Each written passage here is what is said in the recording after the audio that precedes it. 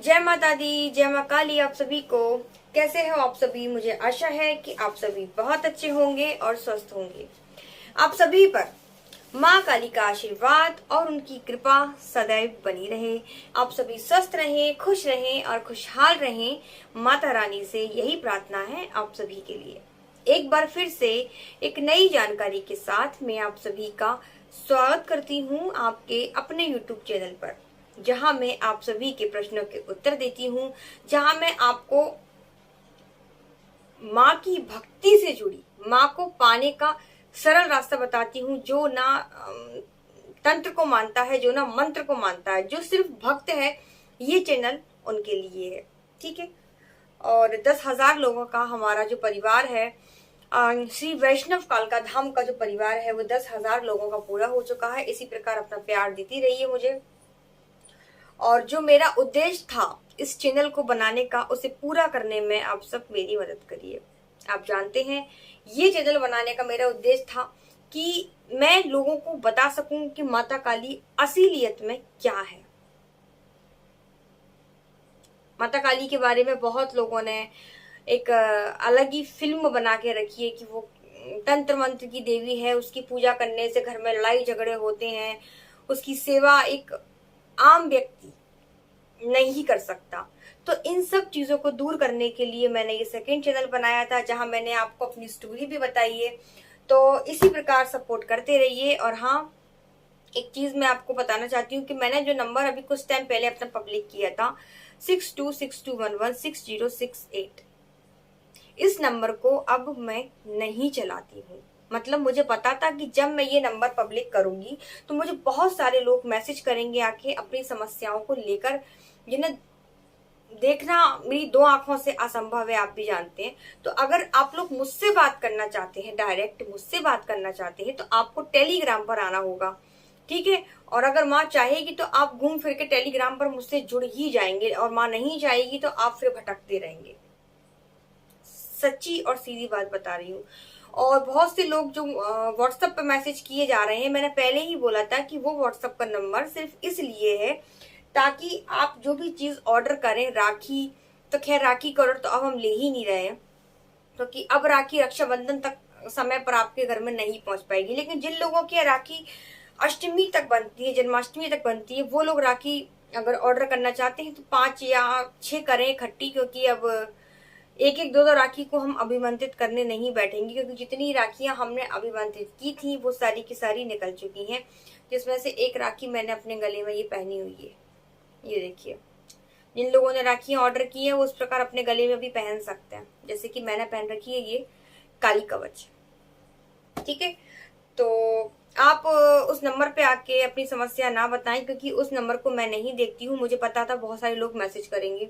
आप लोगों को मुझसे बात करनी है तो आप टेलीग्राम पर मैसेज करिए। और टेलीग्राम पर भी मैसेज करके मुझसे ये उम्मीद मत रखना कि मैं फटाफट से आपके प्रश्नों के उत्तर दे दूं, संभव नहीं है।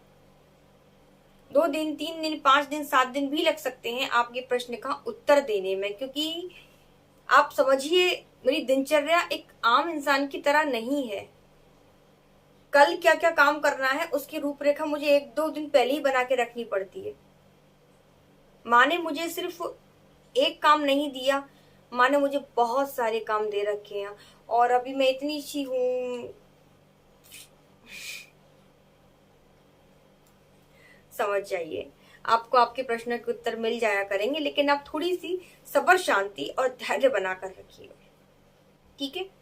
और आप लोग जब धैर्य बनाकर रखते हैं, संयम बनाकर रखते हैं, तो मुझे भी लगता है कि हाँ, ये वाकई इस व्यक्ति में थोड़ा धैर्य है, पेशेंस है, अब इसका जवाब देना चाहिए। लेकिन अगर आप हर 5 मिनट में, 10 मिनट में, घंटे भर में मुझे मैसेज करते रहेंगे, आपने जवाब ही नहीं दिया, आपने जवाब ही नहीं दिया, आप तो बात ही नहीं करती, आप तो बात ही नहीं करती, तो इस तरीके से मैं इरिटेट हो जाती हूँ, फिर मैं वाकई में बात नहीं करती। अब आप यूं कह लें कि आप घमंडी हो गई हो या कुछ ऐसा है, तो वो आप सोच सकते हैं, लेकिन ऐसा कुछ भी नहीं है। जो लोग मुझे जानते हैं, मैं 10-10 दिन, 20-20 दिन बाद भी रिप्लाई दे देती हूँ। और दूसरी चीज मैंने बता रखी है कि अगर मुझे माँ आदेश नहीं करती सामने वाले का रिप्लाई करने के लिए, तो मैं नहीं करती। बहुत से लोग बहुत फालतू की बातें करते हैं। इसके बाद एक वीडियो बनाऊंगी जिसमें आपको पता चलेगा कि टेलीग्राम पर भी मैं बहुत कम आजकल आती हूँ, क्योंकि मेरी जो शिष्य है वही टेलीग्राम को आजकल ज्यादा देखती है, क्योंकि बहुत से लोग टेलीग्राम पर, बहुत घटिया लोग जुड़ गए हैं। बताऊंगी अगले वीडियो में। फिलहाल मैं प्रश्नों को ले लेती हूँ, नहीं तो ये जो वीडियो है वो बहुत लंबा हो जाएगा। ठीक है, तो वीडियो को लाइक आप जरूर करिएगा। और जिस किसी को भी संतान प्राप्ति के लिए अर्जी लगवानी है, कवच चाहिए, या जिस किसी को भी आसन, अभिमंत्रित आसन, अभिमंत्रित माला, कवच, यंत्र, अपने बच्चों के लिए कवच, कुछ भी चाहिए, वो हमें इस नंबर पर, किस नंबर पर, 6262116068 पर आप हमें सिर्फ मैसेज करेंगे। कॉल कोई भी नहीं करेगा, कॉल पहली बात लगेगा ही नहीं। ठीक है, तो सबसे पहला प्रश्न मैं ले रही हूँ दीपिका का। ये कह रही हैं कि मेरे मंदिर में आग लग गई थी, लड्डू गोपाल भी जल गए और माता की तस्वीर भी, ऐसा क्यों हुआ? देखो दीपिका, आग यानी कि अग्नि, अग्नि दो तरीके की होती है। एक अग्नि वो जो एक भयंकर रूप में आती है, जिससे हमारा घर, आस पड़ोस का सब जल जाता है, मतलब हम एक तरीके से पूरे बर्बाद हो जाते हैं। तो ये अग्नि आती है विनाश का रूप लेके, और एक अग्नि आती है लक्ष्मी का रूप लेके, जिसमें सिर्फ छोटी मोटी चीजें जलती हैं, लेकिन हमारा नुकसान ज्यादा उसमें नहीं होता। तो ये अग्नि लक्ष्मी लेके आती है। तो आपके घर के मंदिर में जो आग लगी, आप कह रहे हैं लड्डू गोपाल जले और माँ जली, बहुत दुख होता है इस चीज से, है ना। जब हमारे भाव जुड़े होते हैं, जैसे हम लाला की सेवा लेते हैं और लाला अगर जल जाए तो हमारे प्राण ही निकल जाएंगे। जैसे माँ को कितनी तकलीफ होती है, मतलब सोच के ही मैं ऐसा लग रहा है कि मैं भी खुद लाला की सेवा उठाती हूँ। वो जरा सा उसे कुछ हो जाए तो, है ना, लगता है। माँ से हम इतना प्रेम करते हैं, माँ की तस्वीर को कुछ हो जाए तो। लेकिन ये एक तरीके से इसको देखा जाए तो इसका सीधा सा मतलब ये होता है कि आपके घर में, परिवार में कोई ऐसी विपदा, कोई ऐसा बड़ा संकट था जो आपके घर के देवी देवता वो अपने ऊपर लेके गए। उस संकट को उन्होंने अपने ऊपर ले लिया। आपके घर का नुकसान नहीं हुआ, मूर्ति जल गई, तस्वीर जल गई, उन्होंने संकट अपने ऊपर ले लिया, अपने बच्चों पर आंच नहीं आने दी। तो इसे आप अच्छे रूप में भी ले सकती हैं, इसे आप बुरे रूप में भी ले सकती हैं। जैसे कुछ लोग कांच का टूटना अशुभ भी मानते हैं और कुछ लोग कांच का टूटना शुभ भी मानते हैं। ये आपके ऊपर डिपेंड करता है। ठीक है, अगला प्रश्न है पारुल का। ये बोल रही है कि काली माता को अनार का रस चढ़ा सकते हैं क्या? हाँ, बिल्कुल चढ़ा सकते हैं। जैसे कि हम भगवान की कोई कथा भी करवाते हैं, जैसे हमने सत्यनारायण की कथा करवाई थी, उसमें 5 प्रकार के फल लगते हैं, तो उनमें आम तो विशेष रूप से चढ़ाया ही जाता है। और माँ काली को भी हम अनार का भोग देते हैं, अनार का रस देते हैं, तो दे सकते हैं, कोई दिक्कत नहीं। देखो, सात्विक जो चीजें रहती हैं, फल, फ्रूट, मिठाइयाँ, बिना लहसुन प्याज का भोजन, आप सब चीजें दे सकते हैं। लेकिन जहाँ किसी चीज को नुकसान, जैसे कि बलि वाली चीजें हो, उस चीजों को हमें कभी भोग में नहीं देना चाहिए। ठीक है, अब कुछ लोग बोलेंगे कि प्याज लहसुन में तो कोई बलि नहीं होती, फिर हम प्याज लहसुन का भोग माँ को क्यों नहीं दे सकते? देखो, प्याज और लहसुन में से बदबू आती है। आप कभी, आप नोटिस क्या करना, आपने देखा ही होगा, जब आप कच्ची प्याज खाते हैं या आप लहसुन खाते हैं तो उसमें से स्मेल आती है, प्याज की और लहसुन की स्मेल आती है ना। तो देवी देवताओं को ये बदबूदार चीजें पसंद नहीं होती। आपके पास में कोई व्यक्ति प्याज खा के खड़ा हो जाए तो आपके सामने आके वो आपसे बात करे तो आपको अजीब लगेगा, आपको ना उसके मुंह में से बदबू आएगी। तो देवी देवताओं को ये बदबू वाली चीजें नहीं पसंद, इसलिए हम प्याज लहसुन उनके भोजन में नहीं मिलाते, ऐसा मेरा मानना है। ठीक है, बाकी अलग अलग संतों ने, गुरुजनों ने अपनी अपनी अलग अलग बात कही है प्याज और लहसुन के मत में। जो मुझे जितना माने बुद्धि दी, ज्ञान दिया, उस हिसाब से मैं बता रही हूँ।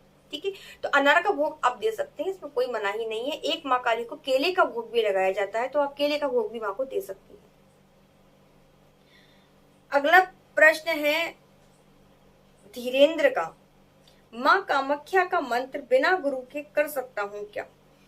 माँ कामाख्या का मंत्र आप बिना गुरु के नहीं कर सकते, गुरु की आवश्यकता होगी। लेकिन ये डिपेंड करता है कि आप किस चीज के लिए माँ कामाख्या का मंत्र कर रहे हैं। अगर आप सिद्धि के भाव से कर रहे हैं, आपको सिद्धि चाहिए और आप सिद्धि के भाव से कर रहे हैं, तो आपको गुरु की जरूरत है, आप बिना गुरु के नहीं कर सकते। दूसरा, आपकी कोई सिद्धि नहीं है, आप सिर्फ माँ के रूप में, तो माँ के रूप में पूजने के लिए माँ दुर्गा भी हैं, पार्वती भी हैं, काली भी हैं, बहुत सी देवियां हैं। लेकिन माँ कामाख्या वो तांत्रिक पीठ है। मैं ये नहीं कहूंगी कि तांत्रिक पीठ है तो आपको कुछ बुरा हो जाएगा। आप बिना गुरु के तो मैं कहूंगी आप रिस्क ना ले, बाकी आपकी इच्छा है। ठीक है, जो कार्य माँ कामाख्या कर सकती है वही कार्य माँ दुर्गा, माँ काली, सती, साध्वी, भवप्रीता, भवानी, बहुत सारे माँ के नाम है, सब कर सकते हैं। ठीक है, माँ पीताम्बरा, धूमावती, बाकी आपकी इच्छा है, आपका जैसा मन हो आप करिए। मैंने अपना मत दिया है कि माँ कामाख्या का मंत्र आप बिना गुरु के ना करें तो ज्यादा अच्छा होगा, खासकर अगर आप सिद्धि साधना कुछ करने का सोच रहे हैं तो बिल्कुल ना करें। अगला प्रश्न है निशा का। लोगों ने टोना टोटका कर करके मेरा जीना मुश्किल कर दिया है, ऐसा क्या करूं कि जिससे ये लोग कर करके थक जाएं, तंत्र मंत्र मेरा कुछ ना बिगड़ पाए। आप दोनों हाथ खड़े कर दो माँ के सामने और पड़ जाओ उनके सामने, बोले माँ आज से मेरी जिंदगी में कुछ अच्छा होगा तो तुम करोगी, बुरा होगा तो तुम करोगी, तुम जानो।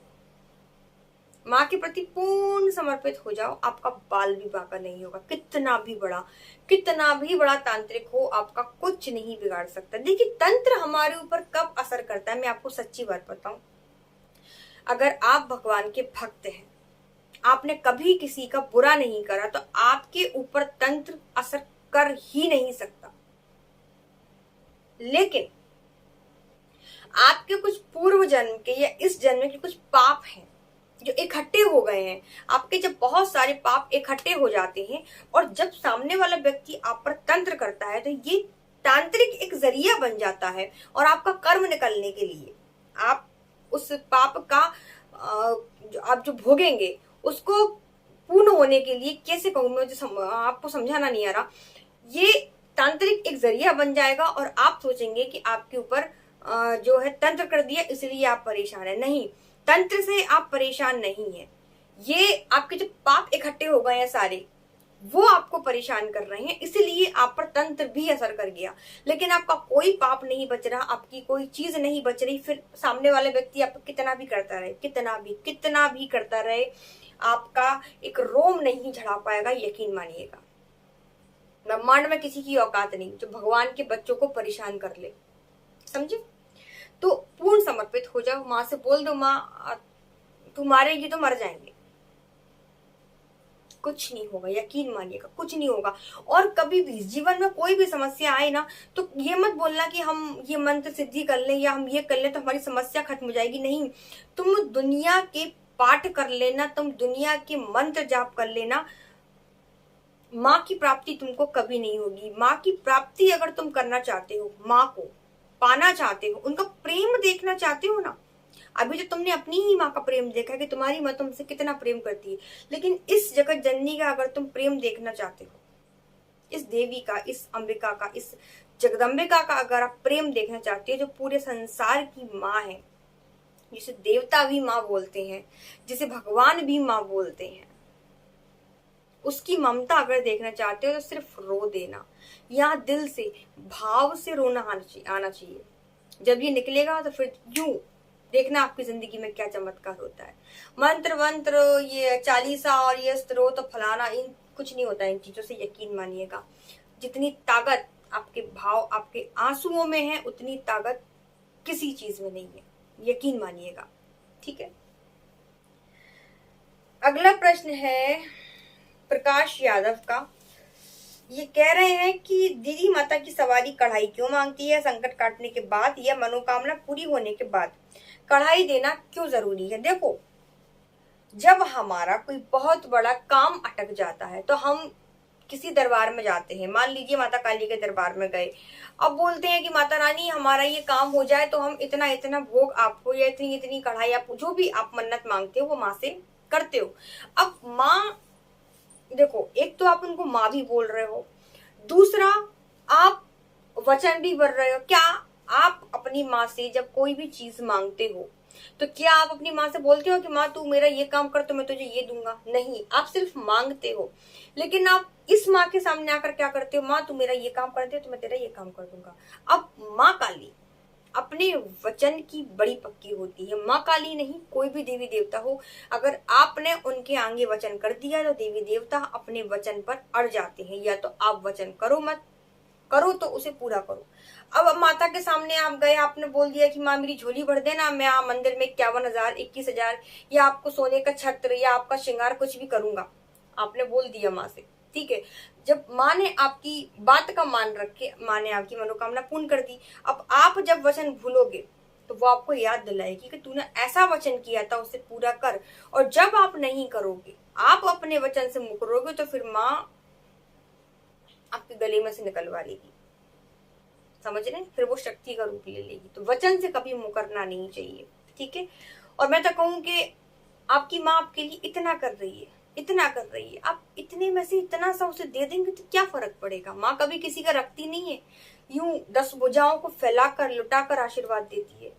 तो धर्म के काम में कभी रुके ना। इसी प्रकार माँ के मंदिर निर्माण में भी आप सभी अपना योगदान जरूर दें, जरूर दें, जरूर दें, ठीक है। अगला प्रश्न है देव निगम का।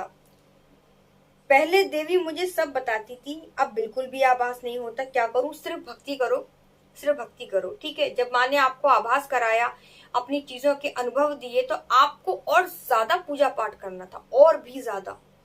लेकिन आपने क्या करा, उन आभासों को आंकना चालू कर दिया। बहुत लोग करते हैं, अगर आपको कुछ माँ अनुभव दे रही है या आपको कुछ आभास हो रहा है, कुछ भी हो रहा है, तो आप उसकी जड़ में जाना चाहते हो, कैसे हुआ, कैसे हुआ, ये कैसे, वो कैसे। नहीं, जो चीज हो रही है उसे होने दो। आपका काम है पूजा पाठ करना, माँ की भक्ति करना, माँ से प्रेम करना। अनुभव, अगर माँ आपको अनुभव नहीं दोगी तो क्या आप माँ की सेवा नहीं करोगे? मुझे ऐसा लगता है आज के टाइम पे अगर देवी देवता आपकी मन्नत पूरी करना छोड़ दें, आपको आपके मन में जो इच्छाएं होती हैं वो पूरी करना छोड़ दे, तो कोई भी व्यक्ति देवी देवताओं के दर पर जाना ही पसंद नहीं करेगा। बिना स्वार्थ के देवी देवताओं को कोई नहीं पूजना चाहता। तो अनुभवों के चक्कर में ना पड़े, सिर्फ पूजा पाठ करें अच्छे से, ठीक है। और बस इतना ही बोलूंगी। वीडियो 17 मिनट का हो गया, चलो ठीक है। वीडियो को लाइक कर देना, कमेंट में सभी को जय माता दी जरूर लिखना है, और बस कुछ नहीं। जय माता दी, धन्यवाद।